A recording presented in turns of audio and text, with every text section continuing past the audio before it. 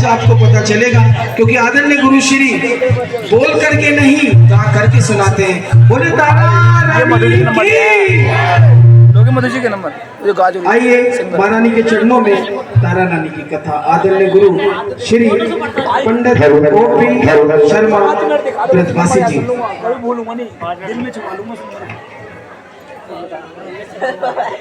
अरे मतलब कभी बोलूंगा नहीं, कभी जाकर करवाना होगा तो उसे बुला दूंगा। ये पकड़ लेना। हाँ जी ठीक है, चलो देखते हैं आज तजुर्बा तुम्हारा।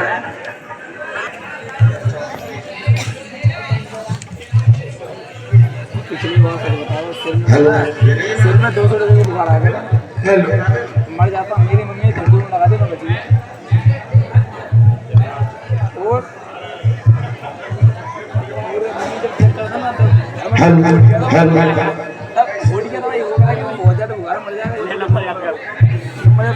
जमकर पहलवान जी और भाभी जी परिवार को लेकर के दरबार में आ जाएं, क्योंकि इस समय कथा आप सुने। धरती माता में बैठ के पहलवान जी लाखों रुपए खर्च इस माँ के जगराते में किया है आपने, और इतनी कृपा है इस यादव परिवार पर कि हर साल माँ की मेहर होती है इस यादव परिवार पर। तो आई निवेदन करूंगा श्रीमान जगत पहलवान जी से और भाभी जी, यदि बात सुने हो जल्द से जल्द दरबार में आए, और बच्चे भी पावन कथा का श्रवण करें। और आइए भक्तों, जो नारियल की भेंट माता बहनों पे रह गई है चढ़ाइए आकर के, चढ़वाइए भगत जी नारियल चढ़ाइए। बोलिए सच्चे दरबार की जय। और जो पीछे संगत कुर्सियों पे बैठी है उनसे भी अनुरोध करूंगा, वैसे नियम ये होता है कि ये पावन कथा धरती माता पे बैठ के सुननी चाहिए। ये पावन कथा धरती माता पे बैठ के सुननी चाहिए, क्योंकि ऊंचे आसन पे बैठने वाली केवल और केवल ये माँ होती है। आज की रात पावन कथा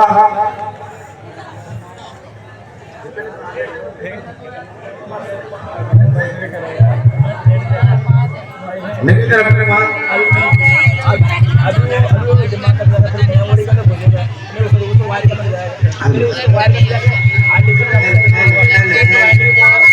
और आइए माता रानी के पग के छंद माँ भगवती के पावन चरणों में रखते हैं। और जब तक ये छंद नहीं होते बेटे बच्चे, या तो पीछे भेज दूंगा, नहीं तो आराम से इधर मुंह करके बैठो। ये वो समय है, अभी तक जो चल रहा था वो जागरण नहीं चल रहा था, जगाना चल रहा था, और असली जागरण अब प्रारंभ हो रहा है। तो इस 1 घंटे के अंदर आपको बड़े ध्यान से ये जागरण सुनना है, यही असली जागरण है।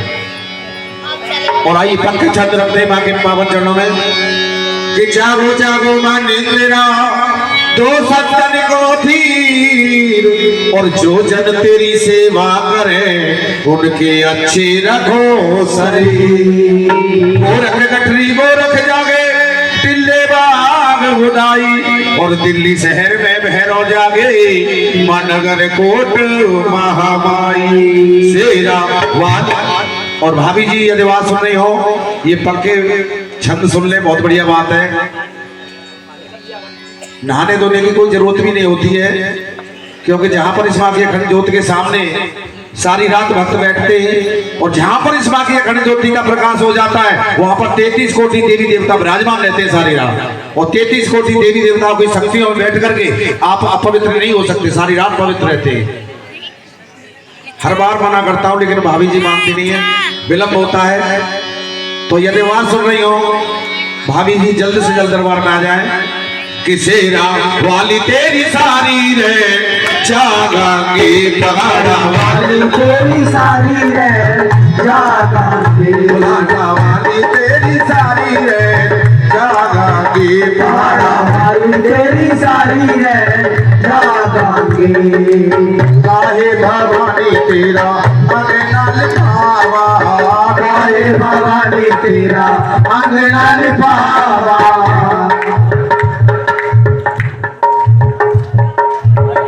काहे भवानी तेरा अंगना लिपावा, काहे भवानी तेरा अंगना लिपावा, काहे का चाँद कोरावा शेरा वाली तेरी रहन, पहाड़ा वाली तेरी रहन में तो सारी रात जागांगी, पहाड़ा वाली तेरी सारी रात जागांगी। हरे हरे गोबरा माता अंगना लिपावा, हरे हरे गोबर माता अंगना लिपावा, गजमोती चाँद कोरावा शेरा वाली तेरी रे, पहाड़ा वाली तेरी रहन में तो सारी रात जागांगी, पहाड़ा वाली तेरी सारी रे जागांगी। रात्रि के अंदर 4 पैर होते और जिस रात्रि में माँ का जगराता होता है, भक्त माँ के चरणों में बैठ करके माँ से प्रार्थना करता है कि माँ चारों पैरों में हमें 4 वरदान दे के जाओ, और आपको भी वरदान मांगना है माँ से। वो कहना है क्या, पहले पैर तेरा दिया जो भजने माँ, पहले पैर तेरा दिया जो भजने माँ, तीजो तीजो मूर्ति प्रकाश तेरा वाली तेरी रहन, पहाड़ा वाली तेरी रहन में तो सारी रात जागांगी, पहाड़ा वाली तेरी सारी रहन जागांगी। तुझे पहल तेरा किया जो भजने माँ, तुझे पहल तेरा किया जो भजने माँ, तीजो तीजो अंग्रेजन नाम शेरा वाली तेरी रहन, पहाड़ा वाली तेरी रहन, तीजे पहल तेरा किया जो भजने माँ, तीजो तीजो मूर्ति का दान शेरा वाली तेरी रहन, पहाड़ा वाली तेरी रहन में तो सारी रात जागांगे, पहाड़ा वाली तेरी सारी रहन जागांगे। चौथे पहर तेरा किया जो भजने माँ, चौथे पहर तेरा किया जो भजने माँ, चौथा पहर 4 बजे से लग जाता है, वक्त तो लग चुका है, और ये मंगला पैर माना जाता है। इस मंगला पैर में यानी 4 बजे से सुबह 6 बजे तक जो भगत अपने घर में स्नान और पूजा कर लेते वो सर्वोत्तम मानी जाती है। और चौथे पैर यानी मंगला पैर में भी भक्त माँ से वरदान मांगता है कि हे मेरी माँ हमें मंगला पैर में भी वरदान दे के जाओ। क्या मांग रहा है कि दीजे दीजे मोती का दान शेरा वाली तेरी रहन, पहाड़ा वाली तेरी रहन में तो सारी रात जागांगे, पहाड़ा वाली तेरी सारी रहन जागांगे।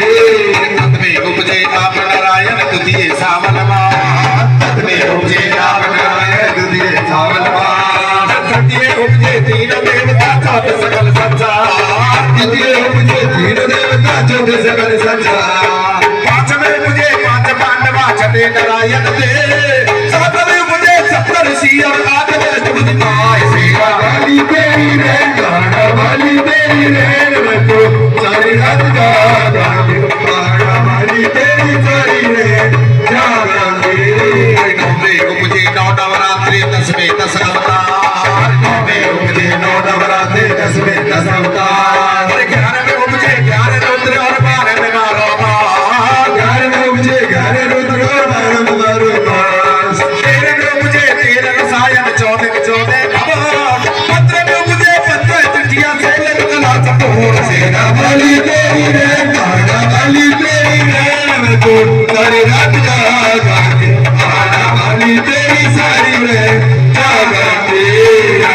बोलो है माता दी से मत बोलो है माता दी, हाथ उठा के है माता दी, शेरा वाली है माता दी, लाटा वाली है माता दी, वैष्णो वाली है माता दी, नैना देवी है माता दी, चिंतपूर्णी है माता दी, शेरा वाली है माता दी, ताल बजा के है माता दी, मैंने गुड़िया है माता दी, जय माता दी, जय माता दी, सच्ची दरबार की जय जय जय। अब कह दीजिए सच्चे दरबार की जय। और बनाओ भाभी जी जल्दी आ जाओ, सही से वीडियो में करने होनी चाहिए। आप विलम्ब करती हो। हमारे पहलवान जी हैं लंच कराने में विलम्ब करते हैं, और भाभी जी तारानी कथा में। बोलिए सच्चे दरबार की।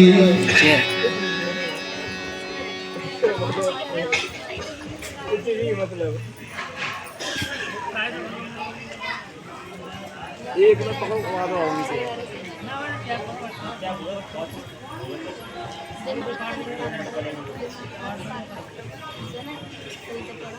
यहाँ से चलो, दे दो सबको, दे दो। और छोटी बिटिया कहाँ है?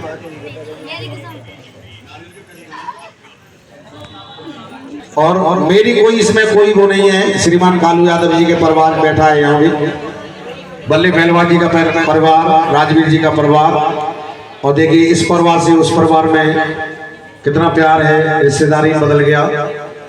और दोनों ही परिवार से मुझे बहुत ज्यादा प्यार मिलता है और ऐसी तसल्ली होती है कि मैं कहीं जगराता करने आया हूँ अच्छी जगह पर।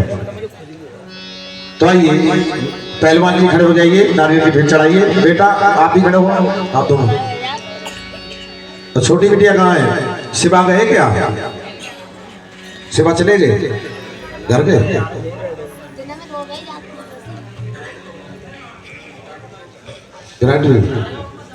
चलो बच्चे कोई बात नहीं, आइए। कि भेटा चढ़ावन आए गए हो शेरा वाली मैया, भेटा चढ़ावन आए गए हो शेरा वाली मैया, भेटा चढ़ावन आए शेरा वाली मैया, भेटा चढ़ावन आए गए हो शेरा वाली मैया, शेरा वाली मैया पहाड़ वाली मैया, शेरा वाली मैया पहाड़ वाली मैया, शेरा वाली मैया पहाड़ वाली मैया, शेरा वाली मैया पहाड़ वाली मैया, भेटा चढ़ावन आए गए हो शेरा वाली मैया, भेटा चढ़ावन आए गए हो शेरा वाली मैया, भेटा चढ़ावन को जगदर्जी आए, भेटा चढ़ावन को जगदर्जी आए, भेटा चढ़ावन को जगदर्जी आए, भेटा चढ़ावन को जगदर्जी आए, संग में धर्म पत्नी को लाए, संग में धर्म पत्नी को लाए, खुश होके भेटा चढ़ाए गए हो शेरा वाली मैया, भेटा चढ़ावन आए गए हो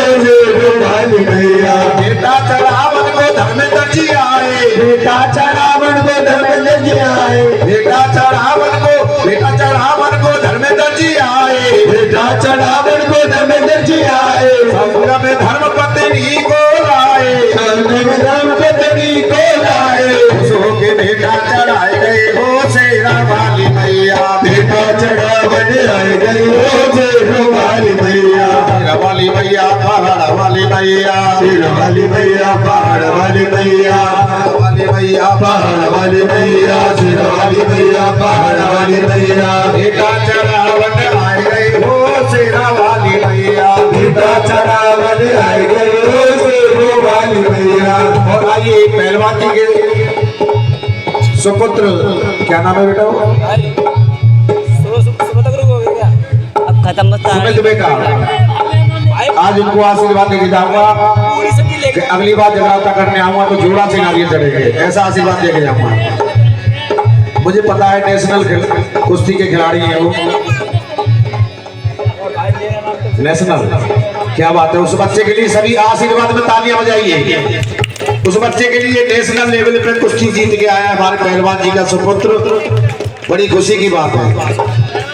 बेटा चढ़ावन को, बेटा चढ़ावन को, बेटा चढ़ावन को शंकर जी आए, बेटा चढ़ावन को शंकर जी आए, संग में पार्वती को लाए, संग में पार्वती को लाए, खुश होके बेटा चढ़ाए गए हो शेरा वाली मैया, बेटा चढ़ावन आए गए हो शेरा वाली मैया, शेरा वाली मैया पहाड़ वाली मैया, शेरा वाली मैया पहाड़ वाली मैया, बेटा चढ़ावन आए गए हो शेरा वाली मैया, बेटा चढ़ावन आए गए हो शेरा वाली मैया, मैया मोरे अंगना तरस दिखा, मैया मोरे अंगना तरस दिखा, मैया मोरे अंगना तरस दिखा, जन्म जन्म की आस लगी है, जन्म जन्म की आस लगी है, दर्शन की मोए प्यास लगी है, दर्शन की मोए प्यास लगी है, रे दर्श की आस लगी है कि मैया मोरे अंगना,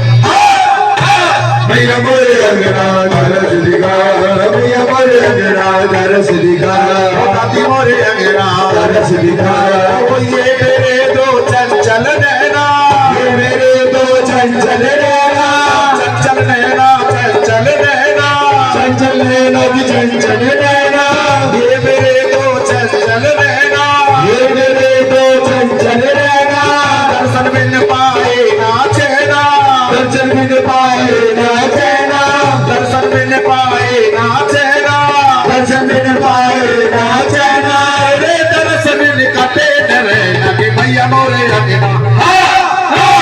भैया मोरे अगराधर रति मोरे अगराधर सिद्धिदार। हे माँ मुझको ऐसा घर दे जिसमें तुम्हारा मंदिर हो, जो जगह दिन रात तुम्हारी तो मंदिर के अंदर हो। जय माँ जय माँ जय माँ जय माँ जय माँ जय माँ जय माँ जय माँ।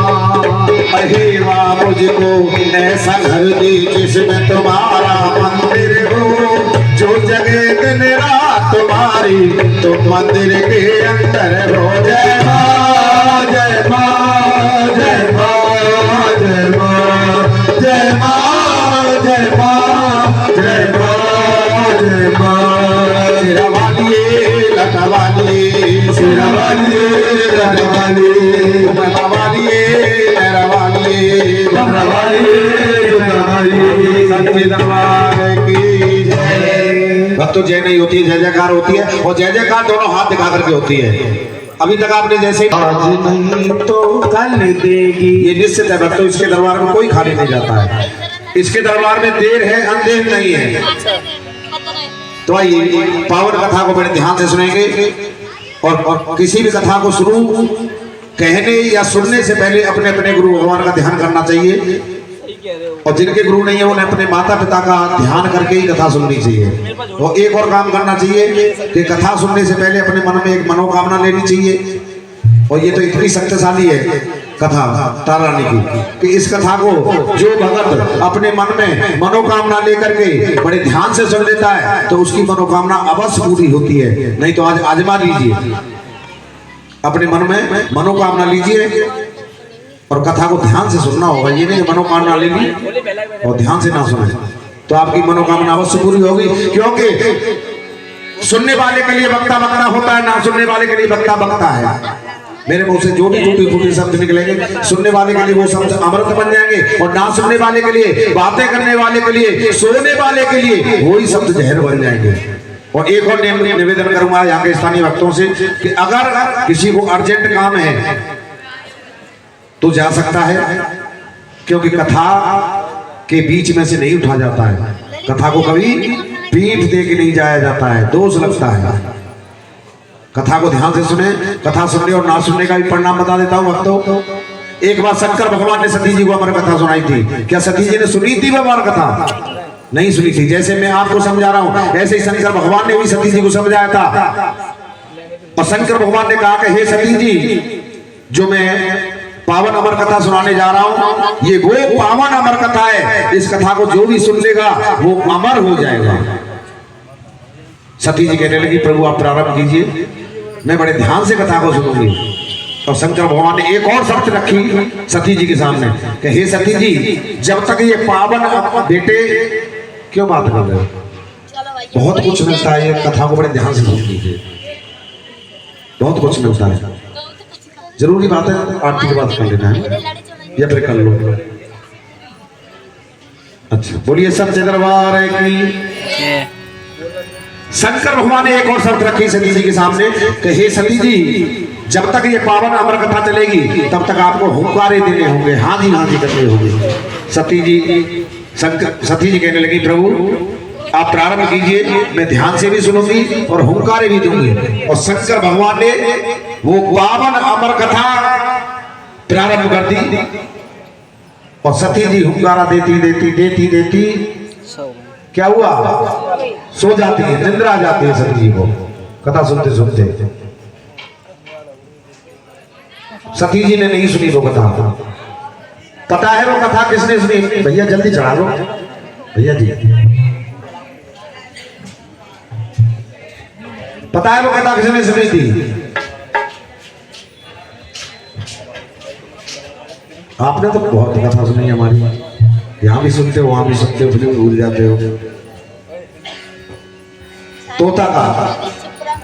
तोता था जिस वृक्ष के नीचे बैठ करके शंकर भगवान वो पावन अमर कथा कह रहे थे, और उसी वृक्ष के ऊपर तोता का जोड़ा बैठा हुआ था। और तोता ने देखा कि पार्वती सो गई, और तुरंत तोता सती जी के स्वर में हुंकारे देने लगे। और देखिए घटघटवासी अंतर्यामी भगवान भोलेनाथ कथा कहने में इतने लीन हो गए कि उन्हें पता ही नहीं चला कि पार्वती सो गई है। इतने लीन हो गए थे कथा कहते कहते। पार्वती सो गई, कथा नहीं सुनी। कथा ना सुनने का परिणाम ये निकला कि सती जी अपने पिता राजा दक्ष की यज्ञ में भस्म हो गई थी। वो कथा ना सुनने का परिणाम था। और वही कथा हनुमंत लाल के मुखारबिंद से सीता जी ने सुनी। सीता जी अग्नि परीक्षा में जलते जलते बच गई थी, उन्होंने सुनी थी वो कथा। इसलिए निवेदन करूंगा कि कथा को बड़े ध्यान से सुने, क्योंकि जागरण एक तपस्या होती है सारी रात की। और तपस्या में दो ही पार्ट महत्वपूर्ण होते हैं भक्तों। एक शुरू का आवाहन, उस आवाहन में हमारे पहलवान जी हमें घड़ी दिखाते हैं, लेकिन वो जब अच्छा हो जाता है तो पूरी रात का प्रोग्राम अच्छा होता है भक्तों। वो आवाहन करते हैं तो माँ आती है, उसकी दैवी ऊर्जा जहां पर इस माँ की अखंड ज्योत जगती है, उसकी दैवी ऊर्जा आती है। और जब उसकी ऊर्जा आ जाती है, उसकी कृपा हो जाती है, सारी रात रंग बरसता है। बोलिए सच्चे दरबार की, सच्चे दरबार की। तो कथा को बड़े ध्यान से सुने, अपने अपने गुरु भगवान माता पिता का ध्यान करते हुए कथा को देने, क्योंकि सुबह की पावन वेला है। बहुत से संत महंत कहते हैं कथा नादे को सुननी चाहिए, लेकिन मैं मना करता हूँ। मैंने बताया था कि आप अखंड ज्योत के सामने बैठे, 33 कोटि देवी देवताओं की शक्तियों में बैठे, फिर भी अपने मन और शरीर को पवित्र करने के लिए मैं 4 लाइन बोल रहा हूँ।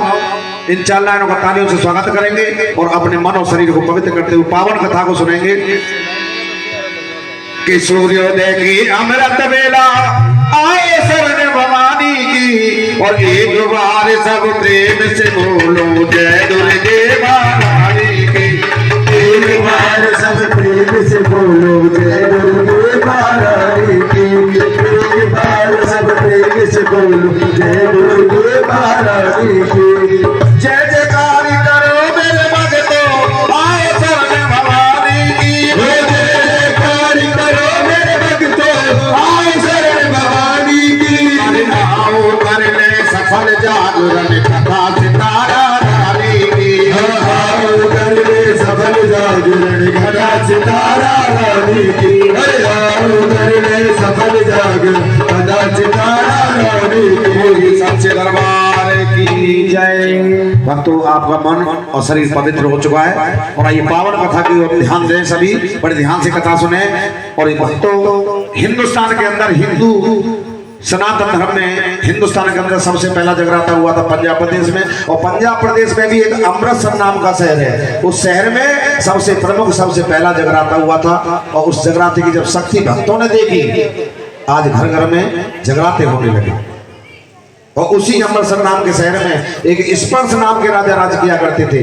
बड़े प्रतापी राजा थे, राज्य में किसी बात की कोई कमी नहीं थी। कमी सिर्फ एक बात की कि उनके कोई संतान नहीं थी।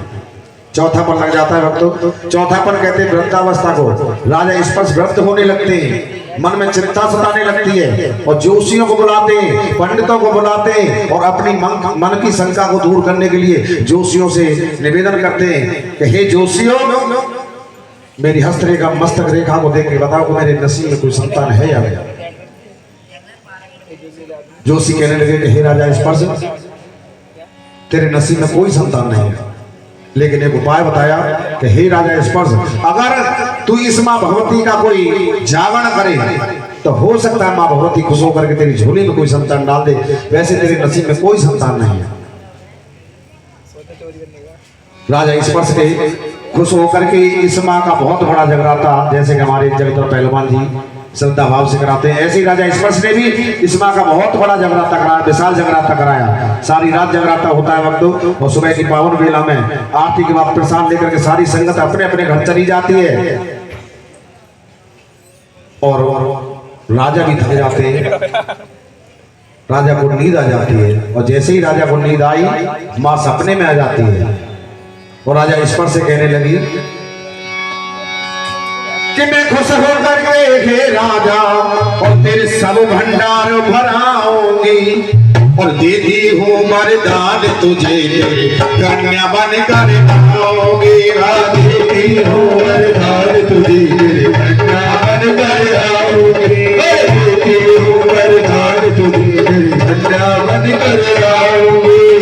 सुन ले राजा बड़े गौर से, माता सत्य बताती है, ये माता सत्य जाती है, और दे करके वरदान भक्त को अंतर ध्यान हो जाती है। खाली करके वरदान भक्त को अंतर्ज्ञान हो जाती है। सच्चे दरबार की राजा स्पर्श को मां वरदान दे के जाती है कि हे राजा स्पर्श, मैंने तेरा जगराता स्वीकार कर लिया है और जा, मैं तुझे वरदान देती हूँ कि जिस संतान की चाहत में तुमने मेरा जगराता कराया था, जा मैंने तेरा जगराता स्वीकार कर लिया है और जा मैं तुझे वरदान दे के जाती हूँ कि तेरे एक नहीं दो संतान होंगी।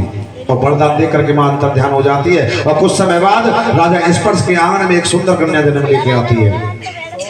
खुश होकर के राजा देश विदेश के जोशियों को बुलाते हैं, पंडितों को बुलाते हैं, उस कन्या का नामकरण कराते हैं और जोशियों ने उस कन्या का नाम रखा तारा। तारा का नाम तारा क्यों रखा था? क्योंकि वो तारों की छांव में जन्मी थी।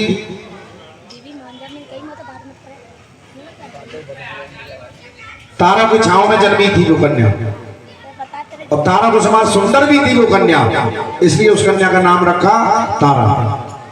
और कुछ समय बाद एक और कन्या का जन्म ले आता है उस राजमहल में और ठीक उसी तरीके से जोशियों को बुलाया जाता है।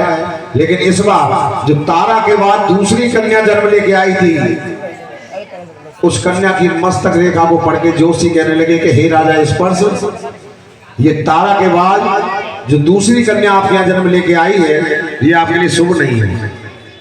अगर इस कन्या का पालन पोषण आपके राज्य में होगा तो हो सकता है आपकी मृत्यु हो जाए और हो सकता है आपके राज्य का सर्वनाश हो जाए। राजा घबरा जाते हैं और जोशी बताते हैं कि हे राजा स्पर्श, अभी तो ये आपके यहाँ जन्म लेके आई हैं, इससे पूर्व जन्म में ये कौन थी?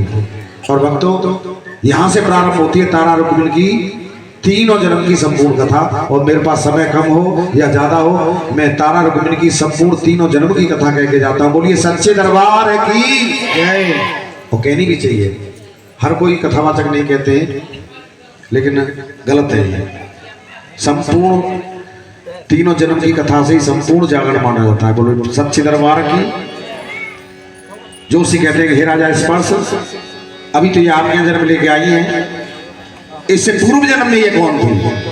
कि सुनने लगा जा पूर्व जन्म में और ये मान बड़ा ही पाती थी और परियों के संग इंद्र लोक में ये गिरट दिखाते थे। परियों के संग इंद्र लोक में ये गिरट दिखाते थे। अरे परियों के संग इंद्र लोक में ये गिरट दिखाते थे। रेणुका मेनका नाम था इनका, राजा सत्य बताते हैं। राजा सत्य बताते हैं, भाई राजा सत्य बताते हैं। नाता लिखा हुआ लेखा साफ साफ समझाते हैं।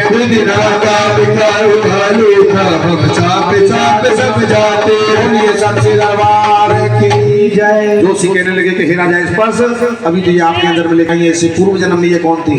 राजा इंद्र के यहाँ पर अप्सराएं हुआ करती थी और राजा इंद्र के यहाँ पर नृत्य किया करती थी राजा इंद्र के दरबार में। और एक बार राजा इंद्र का दरबार लगा हुआ था और कहीं से लोमस ऋषि भ्रमण करते हुए चले आ रहे थे और लोमस ऋषि ने अपने मन में सोचा कि राजा इंद्र से मिलता चला। और जैसे ही राजा इंद्र का दरबार लगा हुआ था, अचानक लोमस ऋषि का प्रवेश हो जाता है राजा इंद्र के दरबार में। और जैसे ही लोमस ऋषि का प्रवेश हुआ राजा इंद्र के दरबार में, सारे देवी देवता खड़े होकर के प्रणाम करते हैं, आदर सत्कार करते हैं। लेकिन ये दोनों अप्सराएं जो नृत्य कर रही थी, ना ऋषि को प्रणाम करती हैं ना आदर सत्कार करती हैं। और जैसे ही लोमस ऋषि ने देखा कि सारे देवी देवताओं ने मेरा सम्मान किया है लेकिन इन अप्सराओं ने मेरा अपमान किया है, लोमस ऋषि को क्रोध आ जाता है। और जब एक ऋषि को क्रोध आता है तो उसके पास एक ही बाण होता है, वो क्या होता है? क्या होता है जी? श्राप। लोमस ऋषि ने उन अप्सराओं को श्राप दे दिया कि हे अप्सराओं, तुम इंद्र लोक के लायक नहीं हो, जाओ हम तुम्हें श्राप देते हो। क्या श्राप दिया भक्तों? श्राप दिया लोमस ऋषि ने, तुम नाथ लोक में श्राप दिया लोमस ऋषि ने, तुम नाथ लोक में जाओगे। श्राप दिया लोमस ऋषि ने, तुम नाथ लोक में जाओगे। श्राप दिया लोमस ऋषि ने, तुम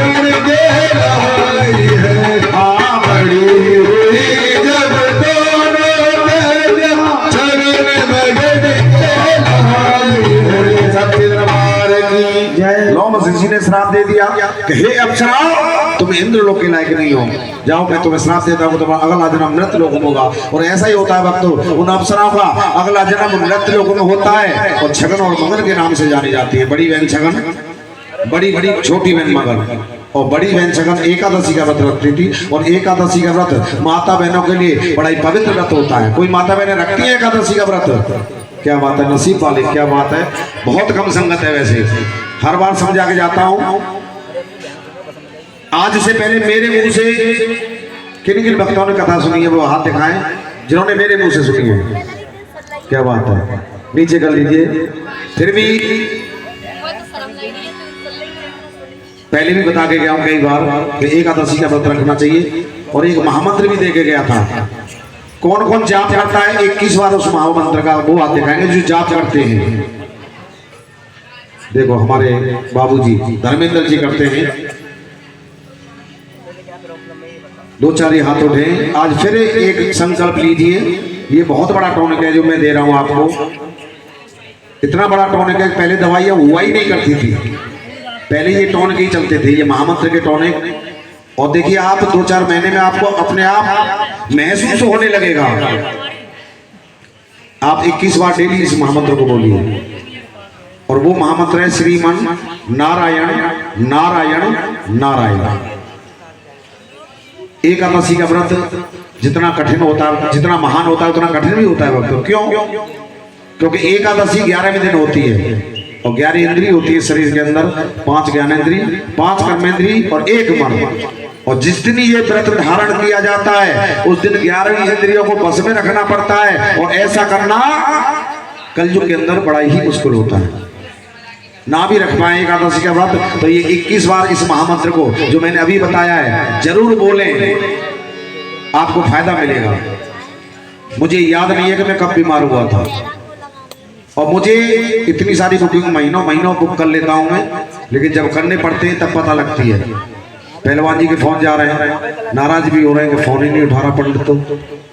लेकिन जितना रात को मेहनत करते हैं उतना दिन में सोना पड़ता है हमें। अगर नहीं सोएंगे तो आवाज नहीं चलेगी हमारी, आवाज हमारी कोई शक्ति नहीं है, इस माँ की शक्ति से ही चलती है। लगातार 15 अक्टूबर श्रीमान कालू यादव जी के यहाँ से शुरू होते हैं हम, और 5 नवंबर तक कोई डेट खाली नहीं है।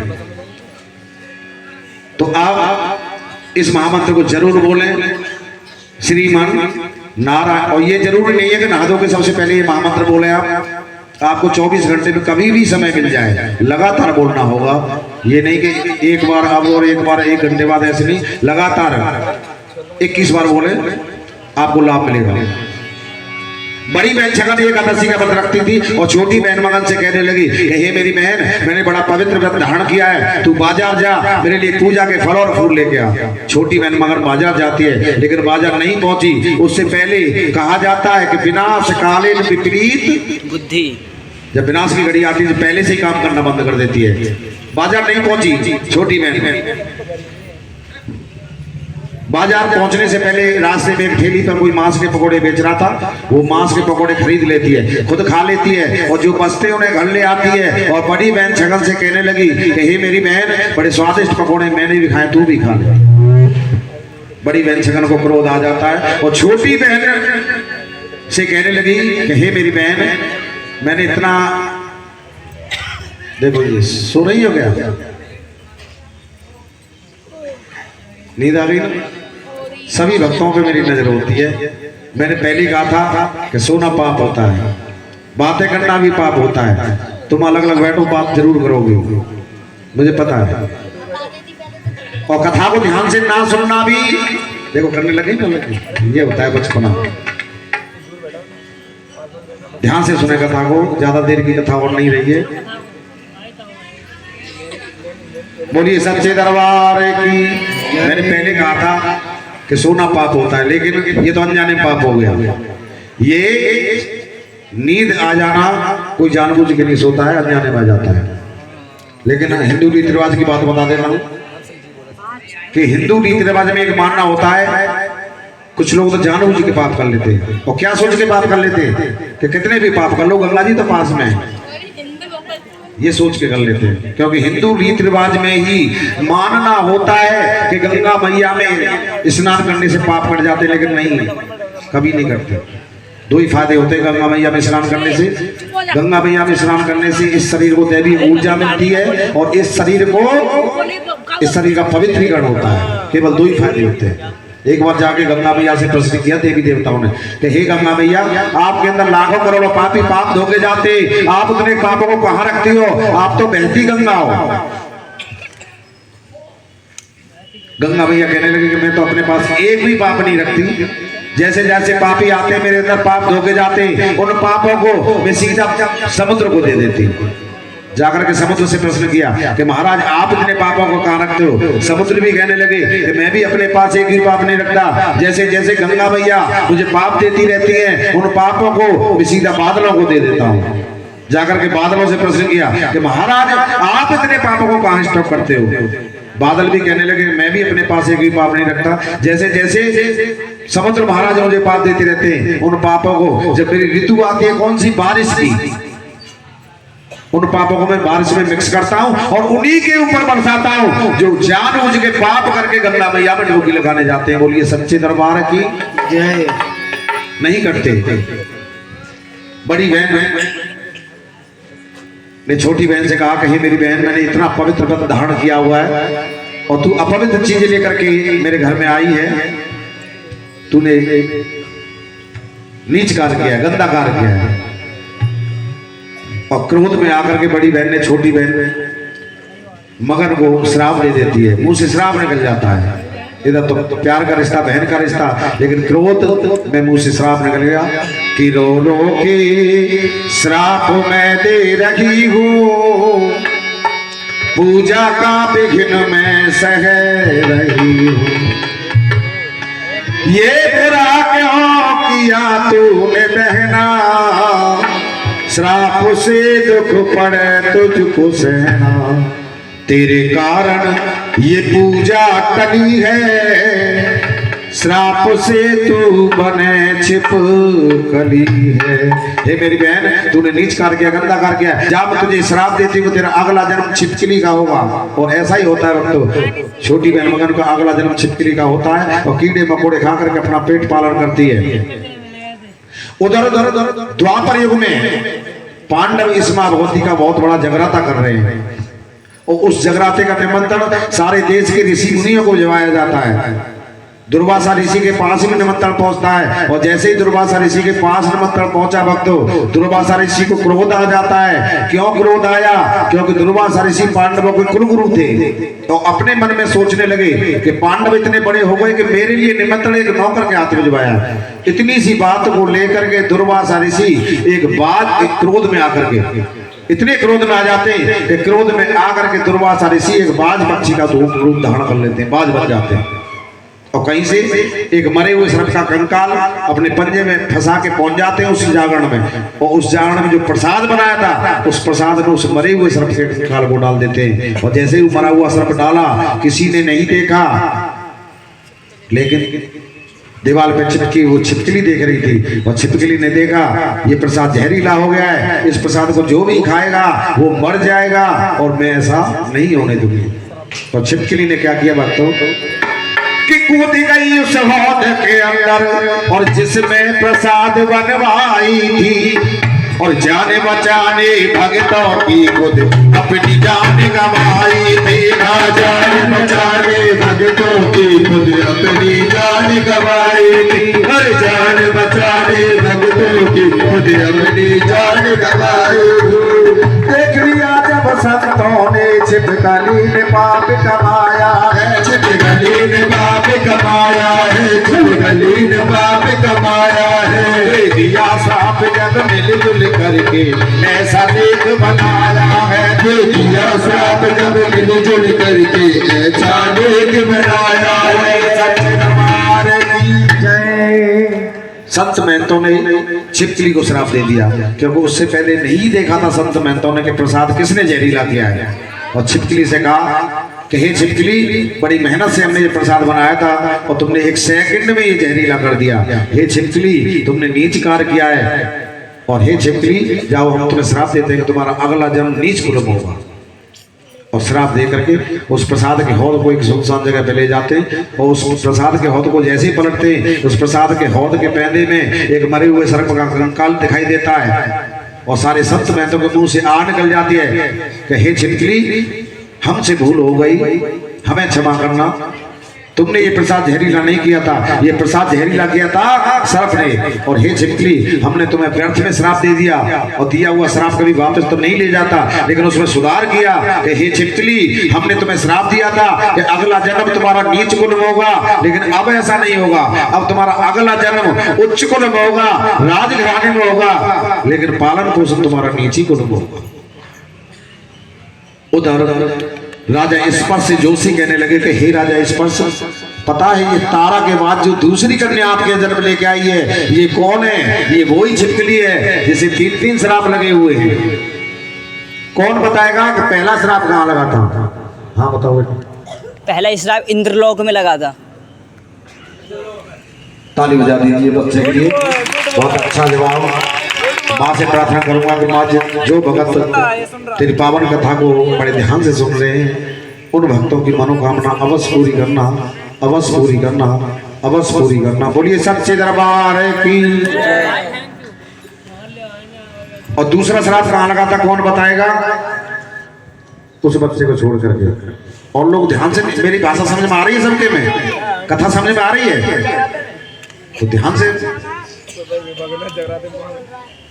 हाँ जी बताओ। ताली बजाइए पहलवान जी के लिए, और एक बार और बजाइए। हर साल आपका माँ से प्यार बढ़ाते हैं, जगराता कराते हैं, और आप इतनी भारी संख्या में इनके प्यार में आती हैं, माँ के बुलावे में आती है। बोली सच्चे दरबार की। और तीसरा श्राप कहाँ लगा था, कौन बताएगा? बताओ जी। ऋषि मुनियों ने, इनके लिए भी ताली बजा दीजिए। तीसरा श्राप ऋषि मुनियों ने दिया। उधर राजा स्पर्श से जोशी कहने लगे कि हे राजा स्पर्श, पता है ये तारा के बाद जो दूसरी कन्या आपके यहाँ जन्म लेके आई है कौन है? ये वही छिपकली है जिसे 3-3 श्राप लगे हुए। हे राजा स्पर्श, अगर इस कन्या का पालन पोषण आपके राज्य में होगा तो हो सकता है आपको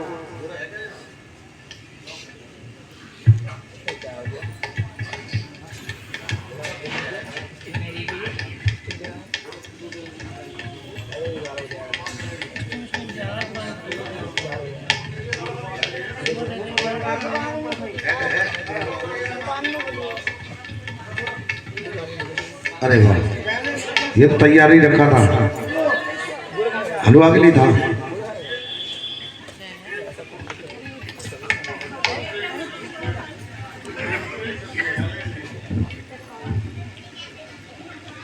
राजा इस पर से जोशी कहने लगे कि हे राजा इस पर, ये वही छिपकली है जिसे 3-3 श्राप लगे हुए हैं।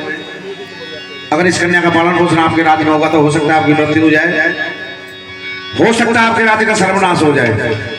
राजा घबरा जाते हैं और जोशी बताते हैं कि हे राजा, इसका एक ही उपाय है, और वो ये है कि एक लकड़ी का बक्सा लाओ, उस बक्से में इस कन्या को बैठाओ, उसमें धन दौलत रख दो, उस बक्से को बंद करके गंगा नदी बहा दो। जिस किसी को भी ये कन्या मिलेगी, बक्सा मिलेगा, इस धन दौलत से इसका पालन पोषण कर देगा। और ऐसा ही होता है बच्चों, उस कन्या को एक लकड़ी के बक्से में बंद करके गंगा नदी बहा दिया जाता है।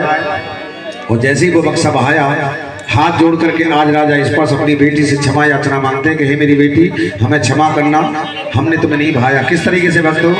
कि बेटी हमें माफ करो, कि बेटी हमें माफ करो, हमने नहीं, कुदरत ने सताया है, बेटी हमें माफ करो, कुदरत ने सताया है, बेटी हमें माफ करो, कुदरत ने सताया है, बेटी हमें माफ करो, कुदरत ने सताया है, बेटी हमें माफ करो, कुदरत ने सताया है, बेटी हमें माफ कुदरत ने सताया है। ओ इसलिए मेरे लाडो हो इसलिए मेरे लाडो में बहाया है, इसलिए मेरे लाडो गंगा में बहाया है। ओ बेटी हमें माफ करो, कुदरत ने सताया है, बेटी हमें माफ करो। आज राजा इस पास ने अपने दिल पे पत्थर रखे, अपने दिल के टुकड़े को गंगा नदी में बहा दिया और अपनी बेटी से हाथ जोड़ करके क्षमा याचना मांगते कि हे मेरी बेटी, हमने तुम्हें नहीं बहाया। बहाने के बाद भी कह रहे कि हमने नहीं बहाया, बहाना पड़ा। और क्यों बहाना पड़ा? श्राप लगा तुमको बेटी मेरे घर आई थी, हो श्राप लगा तुमको बेटी मेरे घर आई थी। श्राप लगा तुमको बेटी मेरे घर आई थी। श्राप लगा तुमको बेटी मेरे घर आई थी। कैसी लीला रचाई थी,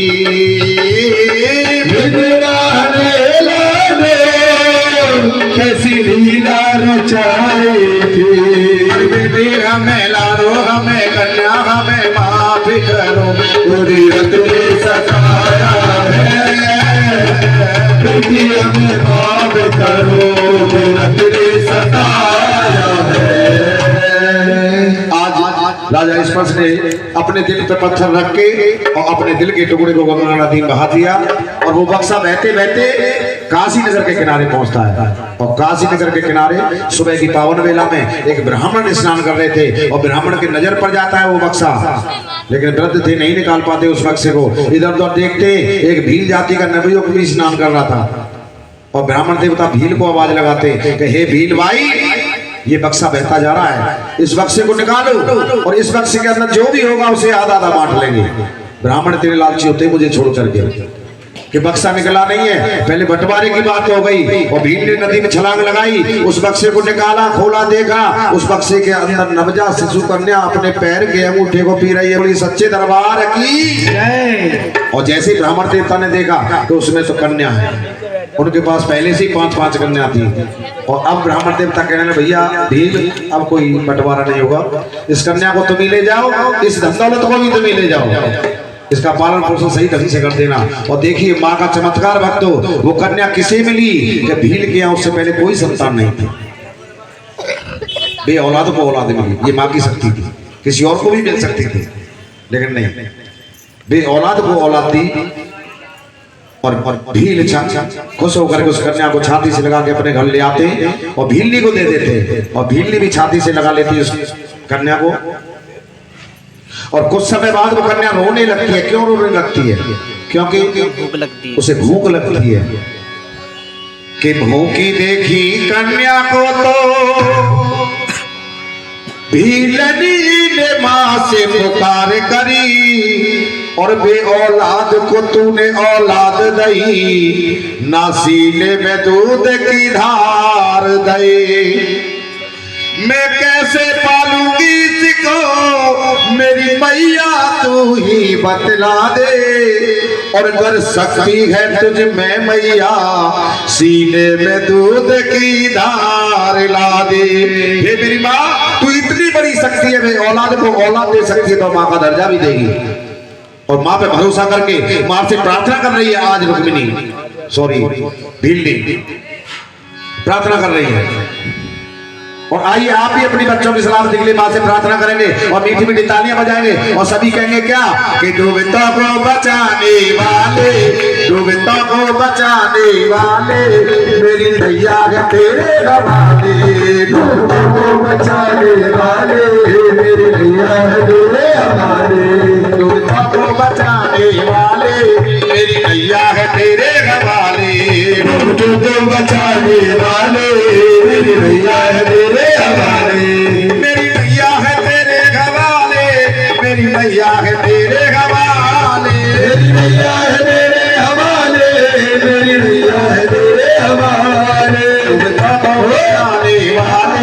मेरी नैया है तेरे हवाले, दूधों को बचाने वाले मेरी नैया है तेरे हवाले।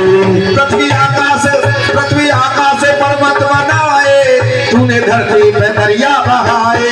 पृथ्वी आकाश पर्वत बनाए, तूने धरती पे दरिया बहाए। पृथ्वी आकाश पर्वत बनाए, तूने धरती पे दरिया बहाए।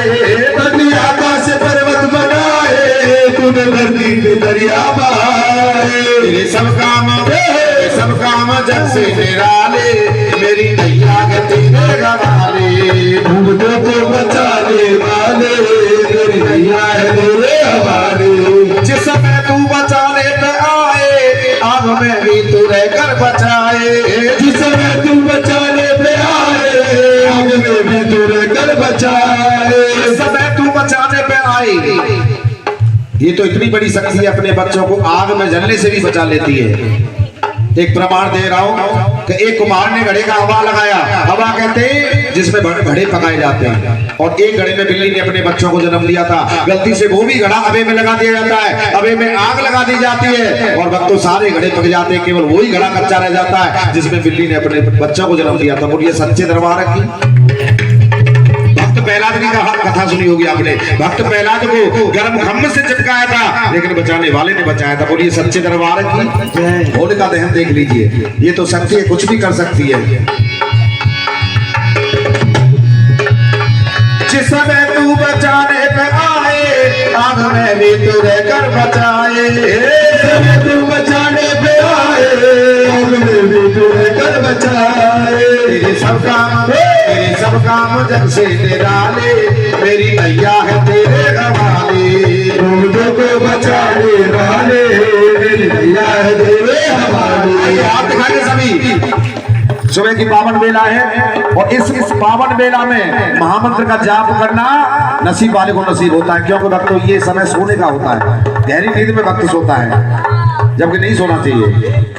आइए उस पालन हारे का नाम लेंगे सभी, और ऊपर ही ऊपर तालियां बजाएंगे। कैसे गोविंद हरे मुरारी, हे नाथ नारायण वासुदेवा। श्री कृष्ण गोविंद हरे मुरारी, हे नाथ नारायण वासुदेवा। श्री कृष्ण गोविंद हरे मुरारी, हे नाथ नारायण वासुदेवा। श्री कृष्ण गोविंद हरे मुरारी, हे नाथ नारायण वासुदेवा। हे नाथ नारायण वासुदेवा, हे नाथ नारायण वासुदेवा। हे नाथ नारायण वासुदेवा, हे नाथ नारायण वासुदेवा। श्री कृष्ण गोविंद हरे मुरारी, हे नाथ नारायण वासुदेवा। श्री कृष्ण गोविंद हरे मुरारी, हे नाथ नारायण वासुदेवा। हे नाथ नारायण वासुदेवा, हे नाथ नारायण वासुदेवा। हे नाथ नारायण वासुदेवा। बोलिए नारायण भगवान की।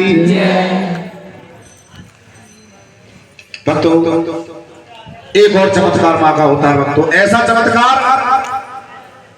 कि इस चमत्कार पर लोग टिप्पणी करते हैं कि ऐसा नहीं हो सकता है। जो लोग कहते हैं कि ऐसा नहीं हो सकता है, ऐसा ही चमत्कार का करके मां ने दिखाया कि भीलने के स्तनों में दूध की धार इस मां की कृपा से आ जाती है। ये चमत्कार हुआ था भक्तों। लोग इस पर टिप्पणी करते हैं कि ऐसा नहीं हो सकता, जिस मां ने जिस बच्चे को जन्म ना दिया उसके स्तनों में दूध की धार नहीं आ सकती। लेकिन रामायण के अंदर तुलसीदास जी ने एक चौपाई लिखी है कि समर्थ को ना दोष गोसाई। सामर्थ्यवान को कभी दोष नहीं देना चाहिए, ये तो शक्ति है, कुछ नहीं कर सकती है। बोलिए सच्चे दरबार की। भीलनी खुश हो जाती है, बड़े लाड़ प्यार से उस कन्या का पालन पोषण कर रही है, और जोशियों को बुलाती है, उसका नामकरण कराती है, और जोशियों ने उस कन्या का नाम रखा रुक्मिणी। प्यार से उसे रुक्को कहते थे। और आज भील परिवार में बधाइयां गाई जा रही हैं। ऐसा प्रतीत, इतनी खुशियां मनाई जा रही हैं कि ऐसा प्रतीत हो रहा है कि उस बिटिया का जन्म भील परिवार में हुआ है। रुक्मिणी दिन दूनी रात चौड़ी बढ़ती है भक्तों, उस स्टेज पे पहुंच जाती है जिस स्टेज पर माँ बाप को चिंता सताती है शादी की। और रुक्मिणी भीलनी कहने लगी भील से कि महाराज हमारी रुक्को बड़ी हो गई है, इसके लिए शिव पद देख करके आओ, इसके लिए शिव पद देख करके आओ। और भील जाते हैं रुक्मिणी के लिए सुयोग पर देख करके आते हैं। शादी की तारीख भी पक्की कर दी जाती है और वो दिन आता है दूल्हा राजा बारात लेकर के भील परिवार में आते हैं। बारात की अगवानी होती है वक्तों। शादी की सारी रस्म पूरी होकर के आज रुक्मिणी की विदाई हो रही है और जब बिटिया विदाई होती है तो रोती है। क्यों रोती है? क्योंकि जिस आंगन में पली थी उस आंगन को छोड़ करके जाने में उसे दिल पर पत्थर रखना पड़ता है। एक बिटिया ही जानती है कि वो अपनी चौखट को छोड़ करके पराई चौखट पे कैसे जाती है और कैसे एडजस्ट होती है। वहाँ कोई नहीं जानता, केवल एक बिटिया ही जानती है। बिटिया रोती है। क्यों रोती है? उसे यही याद आती है जिसमें जन्मी थी उस आंगन को सींचा था, आज उसे छोड़ करके जाना पड़ रहा है वक्त।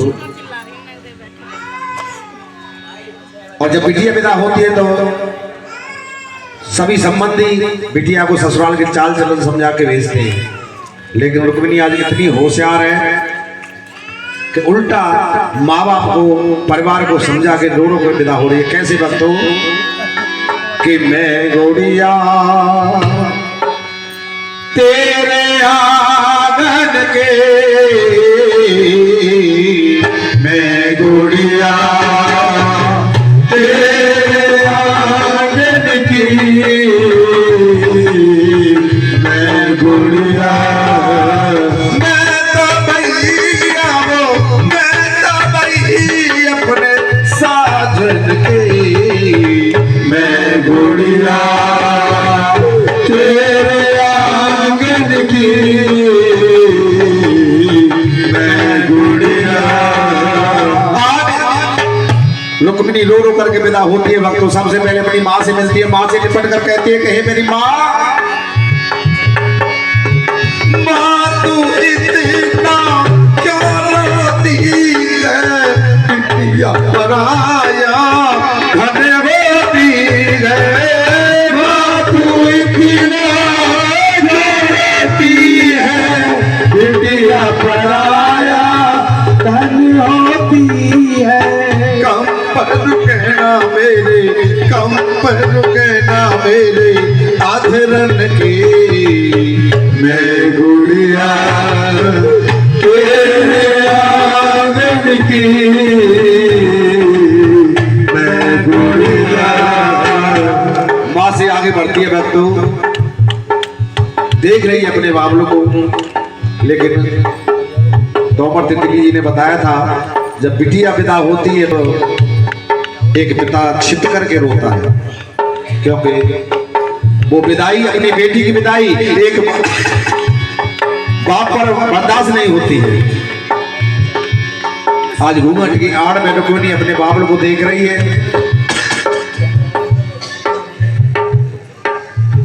और जैसे ही दिखाई देते हैं दौड़ करके छाती से पड़ जाते हैं, कहती है कि हे मेरे पापा, पापा दिल को समझाओ ना पर मुझको डोली बिठलाओ ना, पापा दिल को समझाओ ना मुझको डोली बिठलाओ ना। याद न आए तो मैं, याद न आए मेरे बचपन की, मैं गुड़िया तेरे आंगन की, मैं गुड़िया। और आगे बढ़ती है भक्तों, और जब बिटिया विदा होती है, अगर उसे उसके छोटे छोटे दो भाई अगर रहते हैं उस घर में, तो उन्हें भी समझा के जा रही है कि हे मेरे भाइयों, अब तक मैं इस घर में थी, अब मैं जा रही हूं।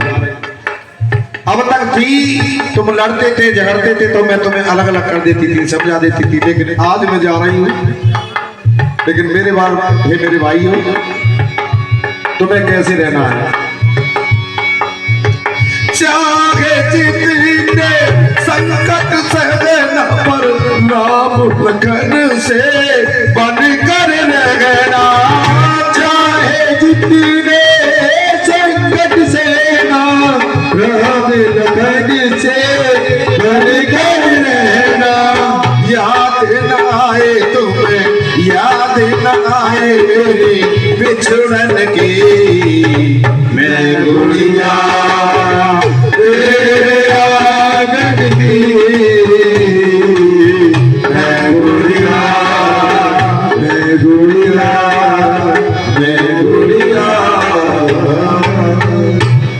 भक्तों आज रुक्मिणी की विदाई उस शहर में की जाती है जिस शहर में इसकी बड़ी बहन तारा ब्याही थी।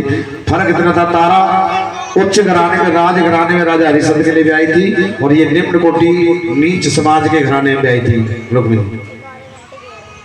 और एक और फर्क था कि रानी तारा इस माँ की बहुत बड़ी भक्ति थी, हर महीना माँ का जगराता किया करती थी।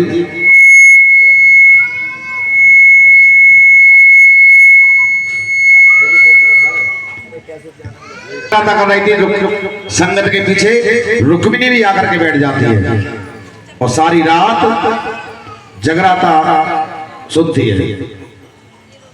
और सुबह आरती के बाद सारे भक्त अपने अपने घर चले जाते हैं, लेकिन सारे प्रसाद लेके अपने अपने घर चले जाते, लेकिन रुक्मिणी वही बैठी रहती है। रानी तारा कहने लगी कि हे मेरी बहन है, सारी संगत अपने अपने घर चली गई, लेकिन तू यहीं बैठी, तू कौन है? राजघराने में। वैसे दोनों बहन थी, लेकिन बड़ी बहन तारा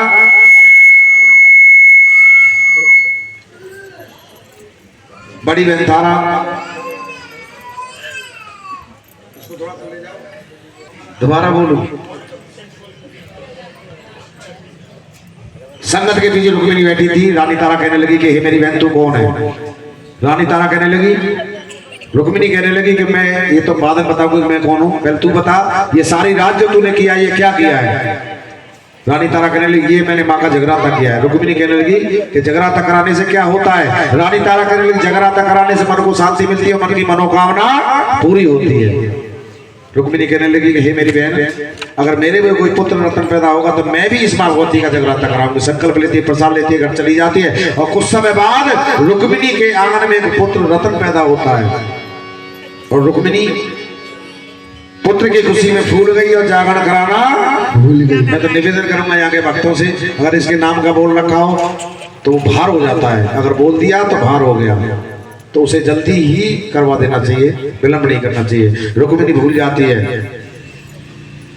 और कुछ समय बाद उसके पुत्र की माता निकल आती है। वैसे माई अपने बच्चों को परेशान नहीं चाहती, लेकिन याद दिलाती है। और जैसे ही रुक्मिणी के पुत्र को माता निकली, तुरंत रुक्मिणी को याद आ जाती है कि मैंने इसकी जन्म की खुशी में एक जगराता बोला था, और तुरंत जागरण के दल तैयार करती है। पहलवान जी खड़े होके आएंगे, दल चढ़वाएंगे और रुक्मिणी भी दल तैयार करती है अपने। धर्मेंद्र जी आइए, आप अलग मत समझा करो, इस परिवार का हिस्सा है आप। बेटी देके बेटा लेते हैं। बोलिए सच्चे दरबार।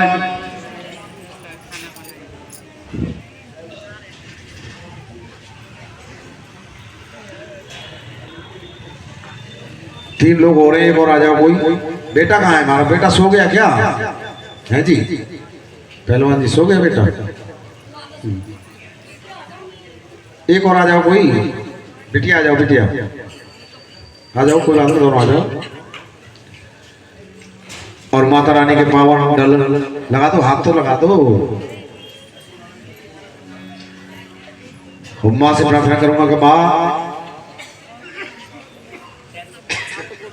जिस मनोकामना को लेकर के तेरे दल संकल्प दिया जगदर पहलवान जी के परिवार ने, यादव परिवार ने, जिस मनोभाव को लेकर के तेरा जगराता तेरी जोत जगाई है, इनकी मनोकामना अवश्य पूरी करना, अवश्य पूरी करना। और जब जब मैं जगराता करने आता हूँ, नई नई साइडों में मिलते हैं, तो अगली बार आऊं तो कम से कम 4-5 साइडों पे पहुंचूं जब जाके ये मिले मुझे। इतने व्यस्त हो जाए, इतने की साइड जगह। बोली सच्चे दरबार की। बैठ जाइए जी, यादव परिवार बैठ जाइए, बैठ जाइए अपने स्थान पर।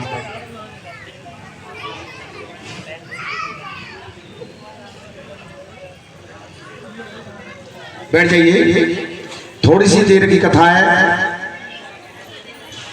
5-7 मिनट की कथा है, सुनिएगा। बैठ जाइए पहलवान जी, बिटिया बैठ जाओ।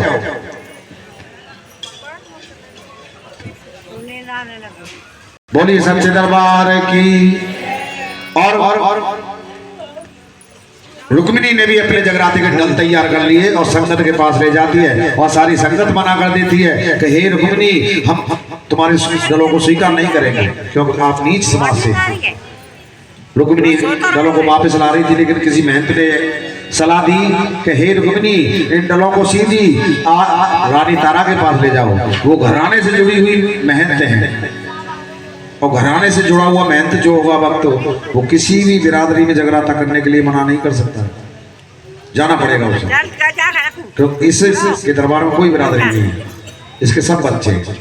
कुत्ता खा लेंगे पता लगेगा। और ऐसा ही किया जाता है भक्तों। रुक्मिणी डलों को लेकर के रानी तारा के पास पहुंचती है और रानी तारा तुरंत माथे से लगा लेती है डलों को और कह देती है रुक्मिणी जा मैं तेरे जगराते में आऊंगी। और जैसे ही जगराते की तारीख आती है कोई चुगल राजा हरिश्चंद्र से चुगली कर देता है कि हे राजा हरिश्चंद्र आपकी राजघराने की रानी तारा आज नीच समाज में जगराता करने जा रही है।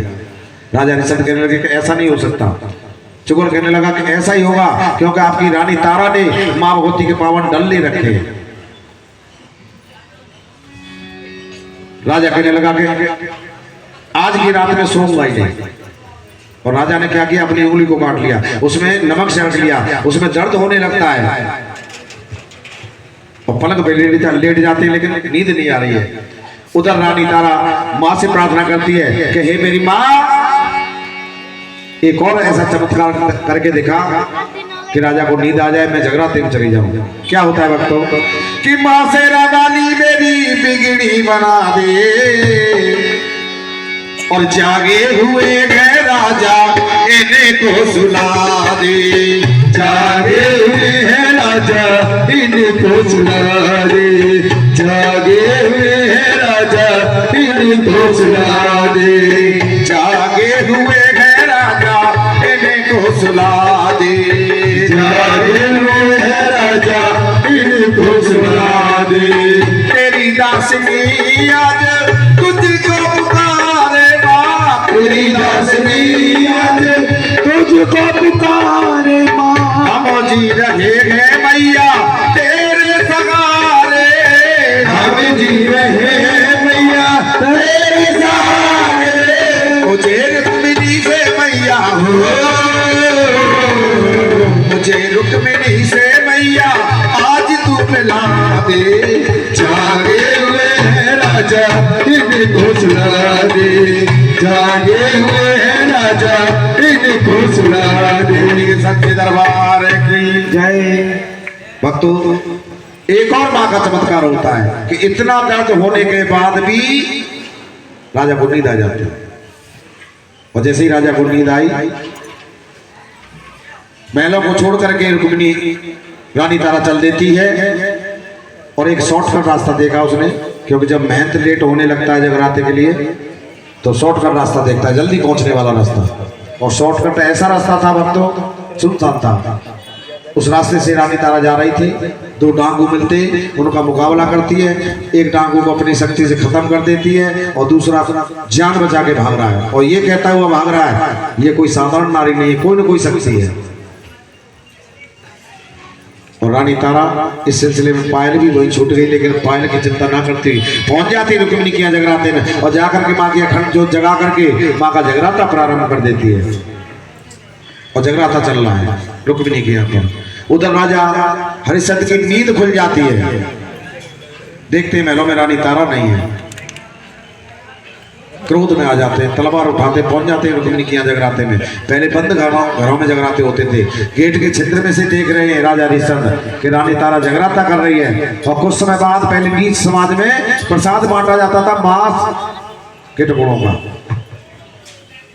और रानी तारा ने भी वही प्रसाद ले लिया और क्रोध आ जाता है राजा हरिश्चंद्र को। और जैसे ही रानी तारा आरती के बाद गेट खोल करके बाहर आई, राजा हरिश्चंद्र तलवार लेकर के खड़े हो जाते और कहते हैं कि हे रानी तारा ये तो मैं बाद में पूछूंगा, तू नीच बरादरी में जागरण करने आई है, पहले झोली में देखा तेरी झोली में क्या है। और झोली को दबाती हुई रानी तारा कहने लगी कि राजा महाराज महलों में चलो मैं दिखा दूंगी झोली में, संत महंतों के सामने मेरा अपमान ना करो। लेकिन क्रोध छाया हुआ था राजा हरिश्चंद्र को और क्रोध में आकर के राजा हरिश्चंद्र ने रानी तारा की झोली में झटका मारा। और जैसे ही झटका मारा एक और चमत्कार होता है भक्तों, वो मांस के टुकड़े पंचमेवा बदल जाते। बोल सच्चे दरबार की। हेलो। और जैसे ही राजा हरिश्चंद्र ने देखा कि गेट के छिद्र में से मैं देख रहा था रानी तारा ने भी वही मांस के टुकड़ों का प्रसाद लिया था। भैया आप पहलवान जी कथा बड़े ध्यान से सुनना है, आप मत बांटिए इसे, किसी बच्चे को दे दो। और जो भी बांट रहे हैं प्रसाद की मात्रा देख करके, कोई भक्त नहीं रहना चाहिए, चाहे एक ही दाना जाए चाहे दो ही दाने जाएं। पहलवान जी प्रसाद थोड़ा ज्यादा लायक है, आपको अंदाजा नहीं था। आपके यहाँ जागरण से ज्यादा तो तारानी कथा में भीड़ हो जाती है, तो प्रसाद अगली बार से थोड़ा ज्यादा, ठीक है ना, इससे जस्ट डबल कर लिया करो। बोलिए सच्चे दरबार की। और जैसे ही राजा हरिश्चंद्र ने देखा कि पंचमी कहां से आई है, रानी तारा से कह रहा है राजा हरिश्चंद्र कहे रानी तारा, या तो तू कोई जादू बननी है या तेरी माँ कोई जादू बननी है। मैं गेट के क्षेत्र में से देख रहा था सबको मांस के टुकड़े, और तेरी झोली पे तो मेरा विशेष ध्यान था, तुमने भी वही प्रसाद लिया था। अब ये पंचमेवा कहां से आई? भैया इसको पीछे से बांटो। भैया पीछे से रहो, इधर से कथा चलेगी उधर से प्रसाद चलेगा, क्योंकि कलयुग के भक्त प्रसाद के ज्यादा भूखे होते हैं, कथा भूल जाएंगे, सुनेंगे नहीं जब तक प्रसाद नहीं मिल जाएगा। नहीं, कई प्रकार के भक्त होते हैं, मैं तो जाता हूँ, मुझे अनुभव है, देखता हूँ कई प्रकार के भक्त होते हैं। कुछ भक्त तो ऐसे होते हैं जो सारी रात नहीं आएंगे, आसपास ही कहीं कोई छत पे कोई घर में आवाज पहुंच रही होगी कानों में, सो रहे होंगे और देखेंगे आरती हो गई, तुरंत वहां से भागेंगे। वो आते ही कहेंगे, पहलवान जी से पूछेंगे पहलवान जी रात को आवाज आ रही थी, कुछ करवाया कि तुमने? पहलवान जी कहे तुझे दिखाई ना दे रहा, देख हलवा चना का प्रसाद लाइन लग के बढ़ रहा है, इतना बड़ा भंडारा मैंने कर रखा है, सब्जी पूरी हलवा चना का, तुझे दिखाई ना दे रहा है? मुझसे पूछ रहा है। और दौड़ के जाता है, लाइन में भी नहीं लगता है, सीधा हाथ एक आगे कर देता है, उसमें जैसे ही प्रसाद मिलता है उस हाथ को पीछे करके फिर दूसरा आगे कर देता है, चाहे पीछे से कुत्ता ही ले जाए उस दौड़। राजा हरिश्चंद्र कहने लगे कि हे रानी तारा, या तो तू कोई जादू बननी है या तेरी माँ कोई जादू बननी है। मैं गेट के क्षेत्र में से देख रहा था सबके मांस के टुकड़े, तुमने भी वही लिए, लेकिन ये पंचमेवा कहां से आई? रानी तारा कहने लगी, राजा हरिश्चंद्र कहने लगे कि हे रानी तारा, तुझ में या तेरी माँ में शक्ति है तो मैं अपने नीले घोड़े को काट रहा हूँ, उसके टुकड़े टुकड़े कर रहा हूँ। अगर तेरी माँ में शक्ति है तो उसे पंचमेवा बदल के दिखाए। और जैसे ही राजा के घमंड के शब्द माँ के कानों में पहुंचे, माँ का सिंहासन हिलने लगता। वक्त तो क्या होता है कि राजा की बदनी तो देखी तो माँ का सिंहासन डोले उठा और माँ समा गई था। जल छिड़को, देखो लाखों रुपए लगा करके वो 3 मिनट की था, और जब से आराम से सुनना नहीं नहीं जल जल जल देखो देखो। बोलिए सच्चे दरबार की। सबके ऊपर नजर रहती है मेरी पीछे तक, और मैन पावर सो रही है होता इस जगराते की है जी। इसके सामने तबीयत खराब हो ही नहीं सकती, ये मेरा दावा है। बोलिए सच्चे दरबार की। कहाँ चल रही थी कथा पहलवान जी? खोड़ा में। भैया संदीप कह रहे हैं खोड़ा में चल रही थी, लेकिन प्रसंग कहाँ चल रहा था कथा का? माता का सिंहासन हिलने लगा राजा के घमंड के साथ कि राजा की बदनी तो देखी तो माँ का सिंहासन डोले उठा और माँ समा गई तारा डरे तो तारा का मुख बोले उठा। माँ समा गई तारा अंदर तो तारा का मुख बोले उठा, गई तारा अंदर तो तारा का मुख बोले उठा। मैया बोली सुन रे राजा तू घोड़े को क्यों काट रहा, तू घोड़े को क्यों काट रहा, तू घोड़े को क्यों काट रहा, इस बेटे को क्यों ना काटे, क्यों तारा को तू काट रहा, इस बेटे को क्यों ना काटे, क्यों तारा को क्यों काट रहा। गुस्से में आकर के राजा ने हाथ में तेग उठाई है, हाथ में देग उठाई है, हाथ में देग उठाई है। इस बेटे का सर काट दिया उसकी प्रसाद बनवाई है, इस बेटे का सर काट दिया उसकी प्रसाद बनवाई है। सच्चे दरबार की जय। क्रोध में आकर के राजा राजा हरिश्चंद्र ने अपने पुत्र को ही काट दिया घमंड में आकर के। और जैसे ही पुत्र को काटा, रानी तारा खड़े से पछाड़ खा जाती है और माँ की चौखट पर उधर मचाती है और माँ से कहती है कि पुत्र शोक में रानी तारा रो रो के नीर बहाती है और रो रो के सारी रैन बिताई, एक पल चैन न पाती है। मेरे सारे सहारे टूट गए, बस तेरा सहारा बाकी है और मैं कैसे जीऊंगी हे मैया, मुझे याद पुत्र की आती है। हे मेरी माँ, दुनिया वाले मुझे जीने नहीं देंगे, कहेंगे कि माँ की बहुत बड़ी भक्ति बनती थी, एक पुत्र था वो भी माँ ने छीन लिया। मैं क्या जवाब दूंगी? आज रुदन मचा रही है माँ की चौखट पे और क्या कह रही है कि धरती से गगन तक धूल उड़ी, मेरा लाभ गया तो कहाँ गया। धरती से गगन तक धूल उड़ी, मेरा लाल गया तो कहाँ गया। धरती से गगन तक धूल उड़ी, मेरा लाल गया तो कहाँ गया। धरती से गगन तक धूल उड़ी, मेरा लाल गया तो कहाँ गया। कहाँ गया मेरा लाल गया तो कहाँ गया। लाल गया तो कहाँ गया, मेरा लाल गया तो कहाँ गया। धरती से गगन तक धूल उड़ी, मेरा लाल गया तो कहाँ गया। धरती से गगन तक धूल उड़ी, मेरा लाल गया तो कहाँ गया। की गलियां तुम बोलो, बागों की गलियां तुम बोलो, गाँव की गलियां तुम बोलो, बागों की गलियां तुम बोलो। किस्मत मेरे कते खुले हुई, मेरा लाल गया तो कहाँ गया। धरती से गगन तक धूल उड़ी, मेरा लाल गया तो कहाँ गया। धरती से गगन तक धूल उड़ी, मेरा लाल गया तो कहाँ गया। धरती से गगन तक धूल उड़ी, मेरा लाल गया तो कहाँ गया। लाल गया तो कहाँ गया, मेरा लाल गया तो कहाँ गया। आज रानी तारा माँ की चौखट पे रुदन मचाती है और ये तो बड़ी कृपालु है, दयालु है। तुरंत रानी तारा की भावनाओं को पढ़ लेती है और फिर से रानी तारा के शरीर में प्रवेश हो जाती है और रानी तारा के शरीर में प्रवेश होकर के राजा हरिश्चंद्र से कहती है कि हे राजा हरिश्चंद्र, तुझे अपना पुत्र जीवित चाहिए। तो राजा हरिश्चंद्र इतने घमंडी राजा थे कि उनकी जवाब से सबसे पहली बार हाँ माँ शब्द निकला था। सबसे पहली बार माँ का, माँ कहने लगी कि हे राजा हरिश्चंद्र, तूने अपना घमंड त्याग दिया और जा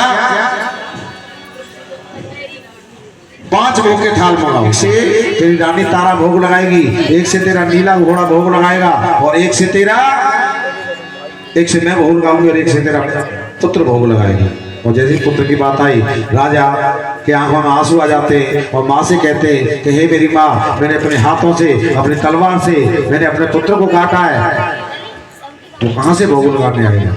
माँ कहने लगी कि हे राजा, तूने अपने घमंड को त्याग दिया, तेरी जबान से पहली बार माँ शब्द निकला है और जा माँ की चौखट पे शीश झुका ले। क्या होता है बंदो कि सुन ले राजा बड़े गौर से और चरणों में शीश झुका ले तू, और ताली बजा करके, और जगत दिया जोता बाली की कृपा को बेटा मारे तू। जग दिया जोता बाली की कृपा से बेटा पाले तू। हर जग दिया जोता बाली की कृपा से बेटा पाले तू। तेरा पेट गया ये घसारो देगी, ऐसी इसकी माया है, हाय ऐसी इसकी माया है, हाय ऐसी इसकी माया है। अपना से झोलियां भर देगी हाँ, जिसने भी गुण गाया है। ममता से झोलियां भर देगी हाँ, जिसने भी गुण गाया है। और ममता के बस भरी शब्द ने माँ को शीश झुकाया है, हाँ माँ को शीश झुकाया है, हाँ माँ को शीश झुकाया है। प्रकट हुई कन्या के रूप में ऐसा लेख बनाया। प्रकट हुई कन्या के रूप में ऐसा लेख बनाया है। प्रकट हुई कन्या के रूप में ऐसा लेख बनाया है। सभी हाथ उठाएंगे और जहां से कथा प्रारंभ की थी उल्टी लाइनों में चलते जहां से प्रारंभ वहीं समाप्ति। सूर्योदय की अमृत बेला आओ शरण भवानी के, आओ शरण भवानी के, आओ शरण भवानी के। हुआ सफल ये आज जागरण कथा सितारा रानी, हुआ सफल ये आज जागरण कथा सितारा रानी की। अरे हुआ सफल ये आज जागरण कथा सितारा रानी की। जय। कहने लगी कि हे राजा, ये तो तेरा पुत्र जीवित हुआ। और रुक्मिणी की तरफ इशारा करके माँ कह रही है, जिसे तू हमेशा हीन भावना से देखता है, आज बता के जा रही हूँ कि रुक्मिणी और तेरा क्या रिश्ता है, तेरी रानी तारा रुक्मिणी का क्या रिश्ता है, रिश्ता बता के जाती है। और कलयुग में अपना स्थान बता के जाती है कि कलयुग में मैं कहाँ मिलूंगी, और कलयुग में मेरा जो जगराता कराएंगे उनको वरदान दे के जाती है। कैसे भक्तों कि सुन ले राजा बड़े गौर से, और मुझको ये कथा बखानी थी। और रुक्मिणी की तरफ इशारा करके माँ कह रही है, और ये है तेरी छोटी साली मुझको आज बताने की। ये है तेरी छोटी साली मुझको आज बताने की। अरे भक्तों के कहने पर राजा फिर कलयुग में आऊंगी मैं, फिर कलयुग में आऊंगी मैं, फिर कलयुग में आऊंगी। और जहाँ कथा तारा की होगी वहीं पे बैठी पाऊंगी। हाँ जहाँ कथा तारा की होगी वहीं पे बैठी पाऊंगी। अरे जहाँ कथा तारा की होगी वहीं पे बैठी पाऊंगी। कलयुग में मेरा नाम जो लेगा उसकी रोची शान रहेगा, उसकी ऊंची शान रहेगा, उसकी ऊंची शान रहेगा। और इतना कहकर शेरा वाली भक्त अंतर ध्यान होएगा। इतना कहकर शेरा वाली अब तू अंतर ध्यान हो। और सभी बोलेंगे अपनी मुखार में से जो मैं शब्द बोलने जा रहा हूँ, बातों में ध्यान मत दो बिटिया, सभी बोलेंगे इन शब्दों को। और सभी कहेंगे क्या कि रम गई माँ मेरे रोम रोम में, रम गई माँ मेरे रोम रोम में, रम गई माँ मेरे रोम रोम में, रम गई माँ मेरे रोम रोम में। रम गई माँ, रम गई माँ, रम गई माँ, रम गई माँ, रम गई माँ, रम गई माँ, रम गई माँ, रम गई माँ। रोम रोम में रम गई माँ मेरे रोम रोम, रम गई माँ मेरे रोम रोम में, रम गई माँ मेरे रोम रोम में। नाम का सुमिरन करके मेरे मन में सुख भर आया। सभी बोले नाम का सिमरन करके मेरे मन में सुख भर आया। तेरे नाम का सुमिरन करके मेरे मन में सुख भर आया। तेरे नाम का सिमरन भर दीजिए 100 रुपए की अरदास, 100 रुपए की अरदास, शंकर बेटा की अरदास, शंकर बेटा की अरदास, शिवा बेटे की अरदास, शिवा बेटे की अरदास, रुपए की अरदास, मनोज फौजी की अरदास, मनोज फौजी की अरदास। और इंटरनेशनल कुश्ती जीत के आया उसके नाम की अरदास कराइए। वो बड़ी होनी चाहिए, बहुत कंजूसी कर रहे हैं आप। और मैं कहूंगा कि अब के नेशनल लेवल पे जीत के आएगा। बोलिए सच्चे दरबार की जय। नेशनल लेवल होता है विदेश का लेवल, ये मेरा आशीर्वाद है। ये नहीं चलेगा, ये नहीं चलेगा। Sorry sorry ma'am sorry. ना ये तो पहली हिट की है। 11 तक मैं इस पर लड़ जाऊंगा, इस पर लड़ूंगा मैं, आज तक नहीं लड़ा। आशीर्वाद दे रहा हूँ अगला इंटरनेशनल लेवल पे 1100 कीजिए। 1100 में बोल रहा हूँ। ओ 1100 रुपए की अरदास, 1100 रुपए की अरदास। चाय पे ले रहा है होटल पे ले रहा है। सुमित बेटा 1100 रुपए की ये कुश्ती की जीत पर अरदास हो रही है। और मां भगवती अगली कुश्ती इंटरनेशनल विदेश की कुर्सी होगी। बोलिए सच्चे दरबार की जय। सुमित बेटा की अरदास, सुमित बेटा की अरदास, 1100 रुपए की अरदास, 1100 रुपए की अरदास। तेरे सुचान आपके पास, तेरे सुचान के पास, इनके सोए भाग लगा दे, इनके झगड़े। देखिए जोश आ गया पहलवानी का, सारी रात मुझमें जोश था, अब पहलवानी में जोश आ गया। वर दे दे पहाड़ बिच रहन वाली, वर दे दे पहाड़ बिच रहन वाली। मनोज चौहान की अरदास, मनोज चौहान की अरदास, 100 रुपए की अरदास, 100 रुपए की अरदास। वो तेरे सुचनों के पास, तेरे सुचनों के पास, 20 रुपया की अरदास, 20 रुपए की अरदास। तेरे सुचनों के पास, तेरे सुचनों के पास, इनके सोए भाग लगा दे, इनके बेड़े का बना दे। वर दे दे, वर दे दे पहाड़ बिच रहन वाली, घर दे दे बाग बिच रहन वाली वो 50 रुपए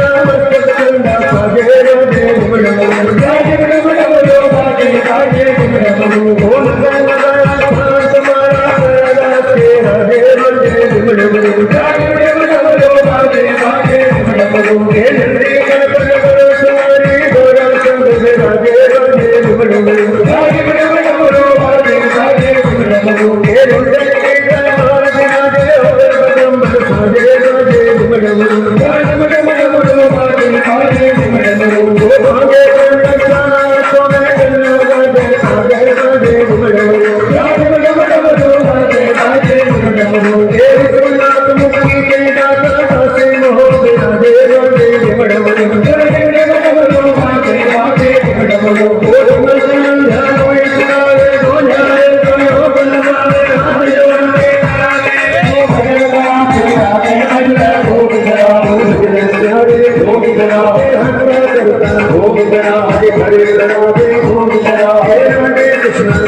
करा हे गंगा विष्णु भोग करा ओ हरे मुरारी भोग करा हे गिरधरे भोग करा हे दुर्ग बिहारी भोग करा हे भगवान भोग करा हे नारायण भोग करा हे कृष्ण भोग करा मेरे अकेले भोग करा मेरे सोने भोग करा मेरे मंदिर भोग करा मेरे हरे भोग करा ओ भगवान भोग करा ओ भजन सदा भोग करा ओ भजन भोग करा हे गोविंदा गोविंदा